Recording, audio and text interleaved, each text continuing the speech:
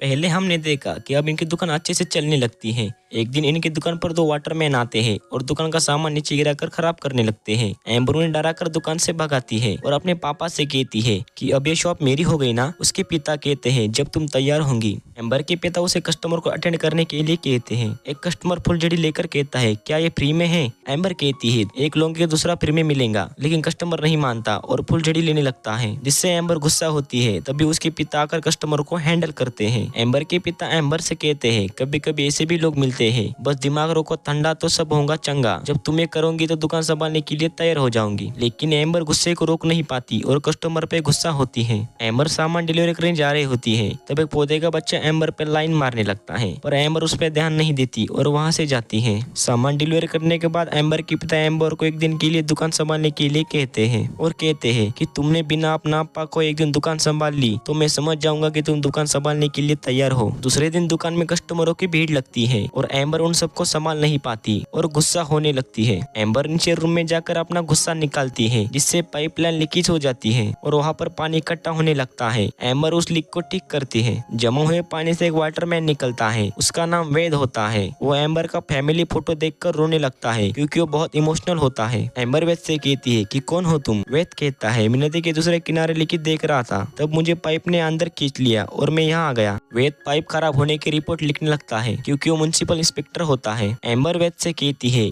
यहाँ पर सब सही है, मजबूत है, डैड ने अपने हाथों से सब कुछ लगाया है, वरना ये जगह तो खंडर थी। वेद कहता है ये सब उन्होंने अकेले किया, वो भी बिना किसी परमिट के। और वेद उसकी भी रिपोर्ट लिख लेता है और कहता है कि ये रिपोर्ट करने से ये दुकान बंद हो जाएगी। एम्बर बहुत डर जाती है और वेद से वो रिपोर्ट छीनने की कोशिश करती है। वेद वहाँ से भागने लगता है, एम्बर भी उसके पीछे भागने लगती है। वेद एम्बर को चकमा देकर भागने की कोशिश करता है, लेकिन एम्बर उसका पीछा नहीं छोड़ती। एम्बर वेद को रोकने के लिए फायर में बदल जाती है। वेद पानी बनकर उसके नीचे से निकल जाता है और उस रिपोर्ट को अपलोड कर देता है। एम्बर रोते हुए कहती है कि ये दुकान मेरे डैड का सपना है, मेरी वजह से बंद हो गई तो टूट जाएंगे और वो मुझ पर कभी भरोसा नहीं करेंगे।